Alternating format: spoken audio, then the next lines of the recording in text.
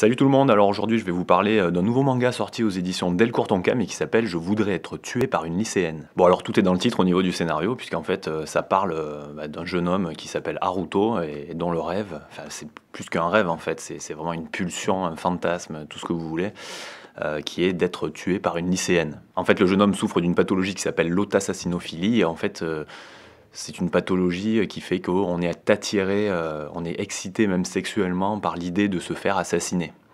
Un peu particulier, je vous l'accorde. Bon, après, le jeune homme a mené une vie normale au départ, hein, il a plutôt réussi dans les études, il a passé un doctorat pour être psychologue clinicien, et puis d'un coup, il a décidé de changer d'orientation pour devenir professeur dans un lycée, avec un seul but, se faire tuer par une lycéenne. Et il va donc jeter son dévolu sur une de ses élèves, une certaine Mao. Il va avoir qu'une seule idée en tête, c'est qu'elle en vienne à l'assassiner. Mais ça va pas être évident, il va devoir mettre tout un stratagème en place. Alors présenté comme ça donne pas forcément trop envie de lire ce manga. Bon, bien sûr, on est intrigué déjà par le titre, Je voudrais te tuer par une lycéenne. Voilà, on se demande vraiment de quoi il retourne. Mais en fait, c'est un manga qui s'avère vraiment beaucoup plus passionnant qu'il n'y paraîtrait. Alors les deux gros points forts de ce manga sont clairement la narration et les personnages.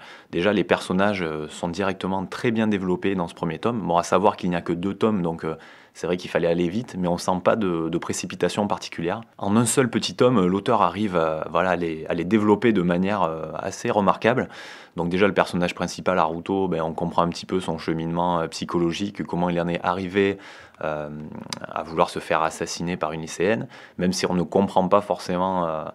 si on ne voit pas forcément de lien de cause à effet entre son enfance et son état actuel. Ensuite, on a le personnage de Mao qui, lui, va être beaucoup moins lisse que ce qu'il paraît. Voilà, au départ, on dirait une lycéenne comme les autres, qui est toute gentille, qui n'a pas de problème, mais en fait, elle en a.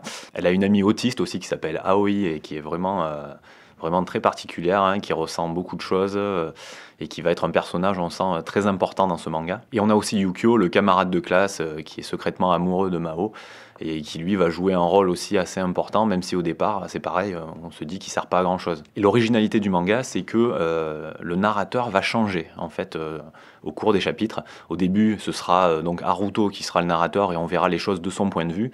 Ensuite, ça va passer donc à Mao et ensuite à Yukio. Et ça nous permet vraiment d'avoir l'état d'esprit des différents personnages et de les développer assez rapidement. Et du coup, on se prend au jeu et l'immersion est totale. Alors avec un sujet comme ça, c'est vrai que le traitement aurait pu être un peu trash, dans l'exagération, dans la démonstration, voilà, pour susciter des émotions artificielles ou des choses comme ça. Mais là, il n'en est rien. C'est vrai que l'auteur aborde ça de manière très sobre. Déjà avec le dessin, c'est vrai qu'il a un dessin...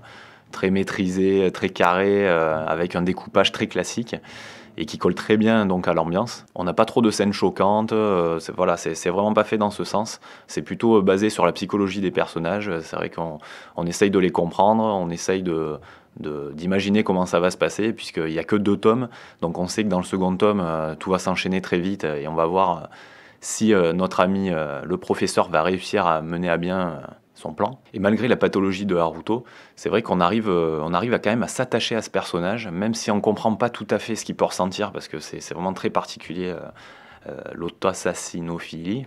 C'est dur à dire. Hein. En fait, il semble étrangement normal. Hein. En fait, il n'a pas, comme il explique, en fait, il n'a pas forcément l'envie de mourir comme ça. Il a vraiment, c'est juste cette envie d'être assassiné par une lycéenne. S'il est assassiné, s'il est tué d'une autre manière, ça lui convient pas. Bon, après, le seul truc qui pourra paraître pas trop réaliste et faire tiquer certains, c'est peut-être le côté un peu trop too much, dans le sens où voilà, tous les personnages là qui vont être amenés à se côtoyer, ils ont tous quelque chose de particulier, ils ont tous un problème, quoi. On se dit, mais est-ce qu'ils ont tous un problème dans ce lycée? C'est pas possible. Mais bon, c'est décrit de manière tellement réaliste et tellement juste qu'en fait, on oublie vite ce petit côté. Ce premier tome de Je voudrais être tué par une lycéenne intrigue, déjà, dérange, choque un petit peu aussi. Mais voilà, c'est vraiment un sentiment assez indescriptible. J'ai ressenti un petit peu la même chose qu'à la lecture du manga Les Fleurs du Mal, qui est sorti chez Kiyun là, en début d'année. Voilà, ça fait partie de ces mangas qui restent en tête, qui provoque quelque chose en vous, qui génère de l'émotion, quoi. Alors honnêtement, j'attendais absolument rien de ce manga, je savais pas du tout quel allait être le parti pris de l'auteur par rapport à son histoire, et j'ai été vraiment agréablement surpris. Pour moi, c'est vraiment un coup de cœur, ce manga. Je vous conseille sa lecture vivement. En plus, le fait qu'il ne fasse que 2 tomes est plutôt rassurant. On se dit que l'auteur voilà, a vraiment travaillé son scénario, il sait déjà où il va, il sait déjà ce qu'il veut raconter. Et ça, dans les mangas, c'est de plus en plus rare, donc moi, ça m'a fait plaisir, quoi. L'auteur nous prouve surtout qu'en un seul petit tome, on peut vraiment apporter de la profondeur au récit, au personnage, et poser une ambiance vraiment particulière.